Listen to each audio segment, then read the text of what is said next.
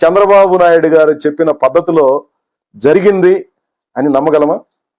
దీని అర్థం ఏంటి?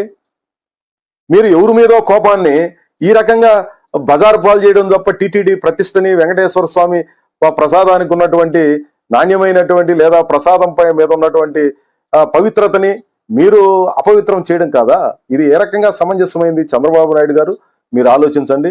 ముఖ్యమంత్రి స్థాయిలో తప్పులు సరిదిద్దబడడానికి మీరు ఈ రాష్ట్రం మొత్తానికి హెడ్ గా ఉండేది. తప్పులు ఎవడన చేస్తుంటే కఠినంగా శిక్షించండి, లేదా వాళ్ళ మీద మీరు ఏమేమి ఛార్జెస్ ఫ్రేమ్ చేస్తున్నారు వాటి ఆధారంగా శిక్షించండి. అది కరెక్ట్. కానీ ఈ రకమైనటువంటి మీ స్థాయిలో కొన్ని ఆరోపణలాగా మీరు ప్రకటించేసి దాన్ని వివాదాస్పదం చేయడం, దాని నుంచి లబ్ధి పొందాలన్నటువంటి ప్రయత్నం చేయడం అనేది ఏ రకంగానూ సమంజసమైనటువంటిది కాదు.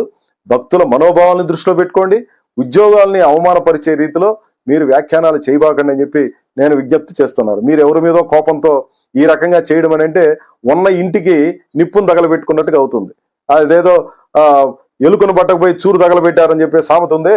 మీరు ఎవరినో పట్టుకోవాలని చెప్పే పేరుతో టీటీడీ ప్రతిష్టని బజారు పాలు చేయడం, లేదంటే భక్తుల మనోభావాలతో చెలగాటమాడడం అనేది సమంజసమైనటువంటిది కాదు. ఒక సుదీర్ఘకాలం ముఖ్యమంత్రిగా పనిచేసినటువంటి చంద్రబాబు నాయుడు గారు, లేదంటే చంద్రబాబు నాయుడు గారు ఈ జిల్లాలో పుట్టారు, చంద్రగిరిలో.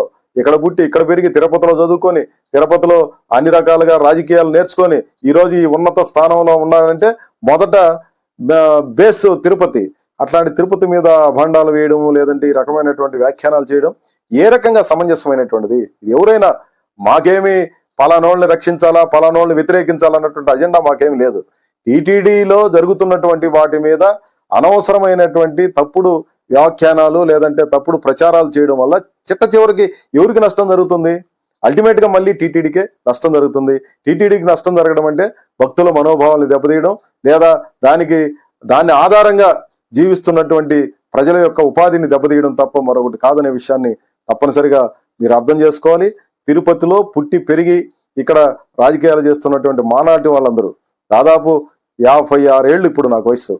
ఇంతకాలం మేము అన్ని చూస్తున్నాం. టీటీడీలో ఇట్లాంటివి జరగడానికి అవకాశం లేదు. మేము దగ్గరగా చూస్తున్నాం. చంద్రబాబు నాయుడు గారికి తెలియదని అనుకోలేం. ఇది సరైనటువంటిది కాదు. మరొక్కసారి చంద్రబాబు నాయుడు గారు రివీల్ చేసుకోవాలి. ఇట్లాంటి ఆరోపణలు ఏ రకంగానూ సమంజసం కాదు. దాని మీద ఉపసంహరించుకొని ఇట్లాంటి వ్యాఖ్యానాలు భక్తుల మనోభావాలు లేదా ఉద్యోగులకి హర్ట్ చేసేటట్టుగా వ్యాఖ్యానాలు వద్దు అని చెప్పి నేను చంద్రబాబు నాయుడు గారికి సూచన చేయదలుచుకున్నాను. సెలవు. నమస్కారం.